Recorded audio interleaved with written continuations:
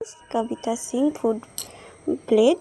তো আজকে এই মাছ রুই মাছ আর রুই মাছের যে পটকা কে ভালোবাসেন খেতে তো বলবেন, কমেন্ট করবেন।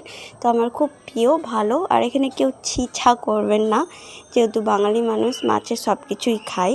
তো পটকাগুলো একটু ভালো করে বেছে নিব, ছাড়িয়ে মারিয়ে নিব। তো ছাড়িয়ে নেওয়ার পর এক একটা করে ওই উপরকার খোসা মোসা ছাড়ানোর পর ধুয়ে নিব। তো ভালো করে ছাড়ানো হয়ে গেছে। এবার কলতলায় গিয়ে ভালো করে ধুয়ে নেব। ধোয়ার পর ওই জলগুলো ফুটো জড়ি, তো জলগুলো বাইরে বেরিয়ে যাবে। তো 3-4 জলে ভালো করে ধুয়ে নিব। তো ধোয়ার পর আবার ভালো করে জল টিপে আবার ভালো করে সেরকম ধুয়ে নিলাম। তারপর মাছ আর একটা মাছের ডিম ছিল, আমার ছেলে খুব ভালোবাসে খেতে। এই 2 পিস 30 টাকার দাম। এই মাছ রুই মাছ জানেন তো এত দাম। আবার সেই ভালো করে ধুয়ে নিলাম পটকাটা, মানে তিতো থাকে যদি না ধুলে। তো ভালো করে ধুয়ে নিলাম। ধোয়া হয়ে গেল, মাছ আর ডিম নিয়ে চলে গেলাম। তো কড়াইয়ে সবার আগে তেল দিলাম, হলুদ লবণ মাখানো মাছটা ভালো করে ফ্রাই করে নিলাম। আমার ছেলের খুব পছন্দ, মাছ ভাজা খেতে ভালোবাসে। আর ওইটা হলো মাছের ডিম, সেটাও পছন্দ। তো লাল হয়ে যাওয়ার পর নামিয়ে নিব। তো ততক্ষণ ভাজবো, তেলের মধ্যে ফ্রাই হতে দিব। তো মাছ এখন হয়ে গেছে। তারপর মাছটা ধীরে ধীরে করে তুলে নেব।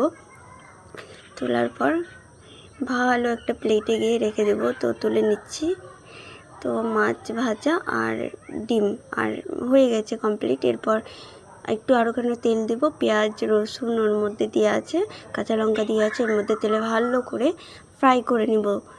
পেঁয়াজটা একটু ফ্রাই করে নিলে হালকা ফ্রাই করব, বেশি ফ্রাই হয়ে গেলে একটু পুড়ে যাবে, যেহেতু ভালো লাগবে না। তো একটু হালকা লাল থাকবে, হালকা কাঁচা থাকবে। তো ওর মধ্যে ফটকাগুলো ধুয়ে রাখা আছে, ওইগুলো আমি দিয়ে দেবো। তো ভালো করে এখন লাল হয়ে গেছে। হয়ে যাওয়ার পরে ফটকাগুলো আমরা দিয়ে দেবো। তো কার ফটকা খেতে ভালোবাসে, ছিছা করবেন না, এখনও বলছি। ফটকা আমার বহুত প্রিয়, খুব পছন্দ। তো ফটকাগুলো ধোয়া ছিল, ওইগুলো দিয়ে দিলাম। তো আস্তে আস্তে করে নেড়ে চেড়ে এই করে তারপরে হলুদ লবণ পরিমাণে দিয়ে দেবো। তো হালকা করে দিলাম, নাহলে বেশি লবণ হয়ে গেলে তো ভালো লাগবে না, হালকাই লবণ ভালো আছে।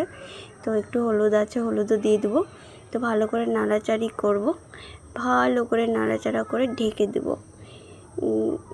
পটকা ভাজা খুব ভালো লাগে। কেউ তরকারি খায়, কিন্তু আমি কখনো তরকারি খেতে দেখিনি, আমি তো পটকা ভাজাই খাই। তো ভালো করে নাড়াচাড়া করে তো এবার একটু ঢাকা দিয়ে দেবো।